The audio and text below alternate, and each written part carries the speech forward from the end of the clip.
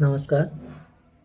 एक कविता है राष्ट्र कवि श्री रामधारी सिंह दिनकर जी की। उन्होंने इस कविता में जीवन के मूल्यों के बारे में बात की है, जीवन के अर्थों के बारे में बात की है कि किन वस्तुओं का, किन कार्यों का हमारे जीवन में एक सार्थक अर्थ है या उसका मूल्य है, या किसी भी वस्तु का मूल्य है तो उस वस्तु का मूल्य कब तक है। मेरे कहने का मतलब कि जैसे कि पानी का मूल्य कब तक होता है। पानी का सबसे अधिक मूल्य हमारे जीवन में तब होता है जब हमें प्यास लगी होती है। मूल्य तो सदा है जल का, वायु का, परंतु सबसे अधिक उसको मूल्य हम कब देते हैं, किसी भी वस्तु को या किसी भी व्यक्ति को या किसी भी चीज़ को, जब हमें उसकी आवश्यकता होती है। और जैसे ही वो आवश्यकता के समय अगर वो वस्तु ना मिली हमें, अगर वो अटेंड ना हुई, तो हमें जो क्या होता है कि हम उसका मूल्य हम धीरे धीरे घटाते चले जाते हैं। तो उसी को लेके रामधारी सिंह दिनकर जी ने एक कविता लिखी है और उस कविता का सार्थक है कि कोई अर्थ नहीं। तो मैं वही कविता आप लोगों को सुनाता हूँ कि कविता है कि नित्य जीवन के संघर्षों से जब टूट चुका हो अंतर्मन, तब सुख के मिले समंदर का रह जाता कोई अर्थ नहीं।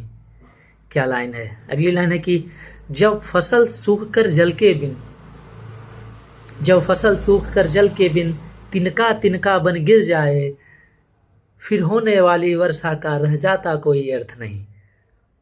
संबंध कोई भी हो लेकिन, ध्यान दीजिएगा कि संबंध कोई भी हो लेकिन यदि दुख में साथ न दे अपना, फिर सुख में उन संबंधों का रह जाता कोई अर्थ नहीं। क्या लाइन है भाई साहब। आगे की लाइन है कि देखिए, छोटी छोटी खुशियों के क्षण, छोटी खुशियों के क्षण निकले जाते हैं रोज जहां, फिर सुख की नित्य प्रतीक्षा का रह जाता कोई अर्थ नहीं। मन कटुआरी से